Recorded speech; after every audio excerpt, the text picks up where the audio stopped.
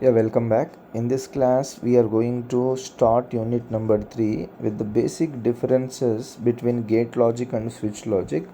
First of all, observe very carefully what is meant by gate logic, and coming to the switch logic, we will talk about. Now, here you can observe that gate logic, in a sense, if the input is applied,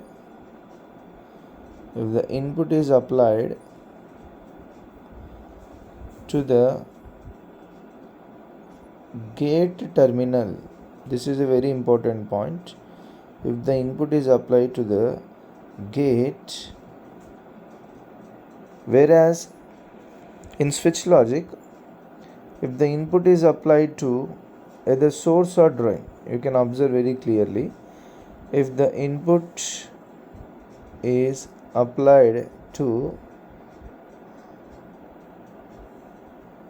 either source or drain.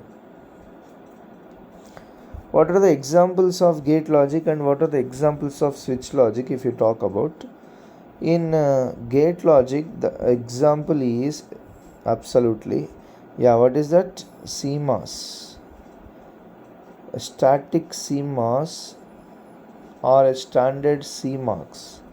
That is the best example of gate logic. While coming to the switch logic, we are having so many examples. We will just try to list out some of them. Okay, now you can observe that we are having the first one. You can talk about pass transistor logic. After that, you can talk about DVL logic, or DVL in a sense dual value logic, PTL pass transistor logic. After that, you can talk about DPL logic. Okay, and this is the third one, and fourth one, that is a very important one for us, that is TGL logic, that means transmission gate logic. Don't forget, all these logics are switch logics, either PTL or DVL or DPL. All these four logics are the switch logic. That means in this logic, the input is going to be applied to either source or drain terminal of MOSFET. Whereas in gate logic, if the input is applied to the gate terminal of MOSFET, then you are going to call this one as gate logic. What is the best example for that? CMOS. CMOS is the best example for that. I hope that are you clear. Now, if you observe that if you are having this type of structure, if you applied the input here, then it becomes switch logic, absolutely gate logic. If you are having this type of structure, let us consider in this fashion, you can get a clear cut picture. If you are having this type of structure, if the input is applied here, then it is which logic? Absolutely switch logic. That is a very important point. Okay, what are the advantages of gate logic? What are the advantages of switch logic when compared to gate logic? Remember, number of transistor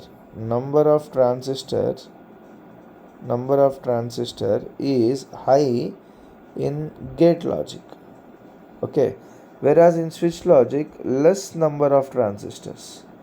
I hope that are you clear. If number of transistors reduced, then you can say that the power consumption is reduced. Okay, the power consumption is reduced in switch logic, whereas in gate logic, the power consumption is what? High in gate logic. The power consumption is high.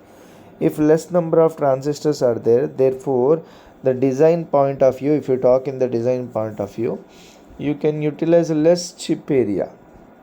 If let us consider this is a chip area, if less number of transistor count you are having, then you are going to use a less chip area, then the other area is going to be used to fabricate some other transistors. I hope that are you clear.